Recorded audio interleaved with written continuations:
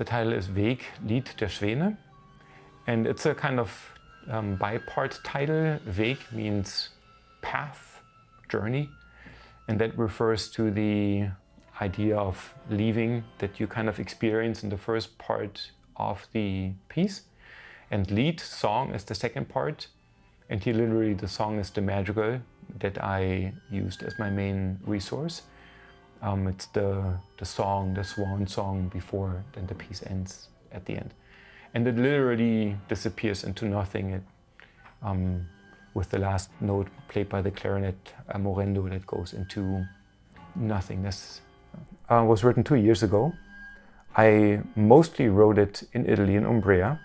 I based that piece on a madrigal, which is called Il bianco e dolce cigno, which means the white and sweet swan, by a Franco-Flemish composer Jacob Arkadelt, who was born in what's nowadays Belgium, but who was also active in Italy. And I wrote this piece for an ensemble that's based in the Netherlands. So the ensemble is actually based in that region where the composer whose madrigal I took was originally from, but I wrote the piece in the region where he was active. I wanted to basically compose a meditation about that madrigal, especially its opening. And that was a nice coincidence. And in general, and that's one of those things that I think I got from John Cage, to allow and accept coincidences.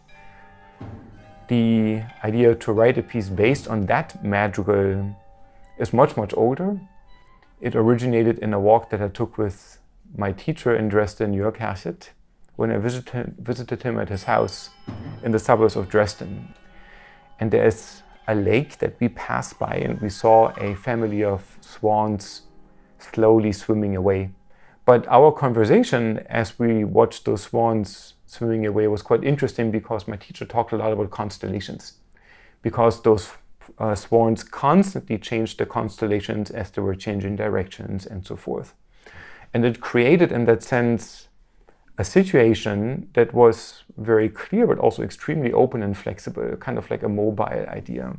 I wanted to write a piece that explores the idea of constellations of different instruments, how an instrument can be foreground for a moment, but then another one immediately takes over. So each instrument in the ensemble serves as a soloist, and that's constantly changing as you kind of see it disappear. But the lyrics of the madrigal talk about the swan song as kind of like a song of death. So the idea of death is also part of the piece. And at some point in the piece, the musicians speak words that are taken from a title of a film that I watched on the airplane coming back to New York 2 years ago, the summer I wrote the piece. And it was about friends that took a bike trip to Belgium, actually, because Belgium allows assisted suicide, and there was a guy who was fatally ill with some kind of disease, and he basically biked there with all his friends in order to die.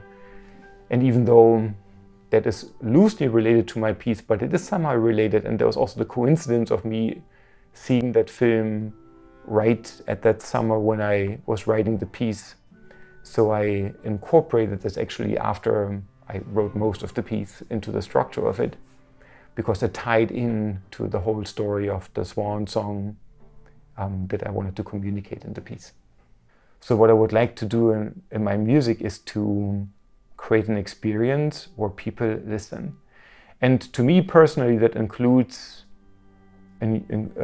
music that might be familiar to somebody, but presenting it in a completely different way, so people again pay attention as if it's the first time you actually heard the piece. Being aware of time and how it can be made special, and how our time that we have is actually unbelievably special. If I could achieve that here and there, I would be absolutely happy.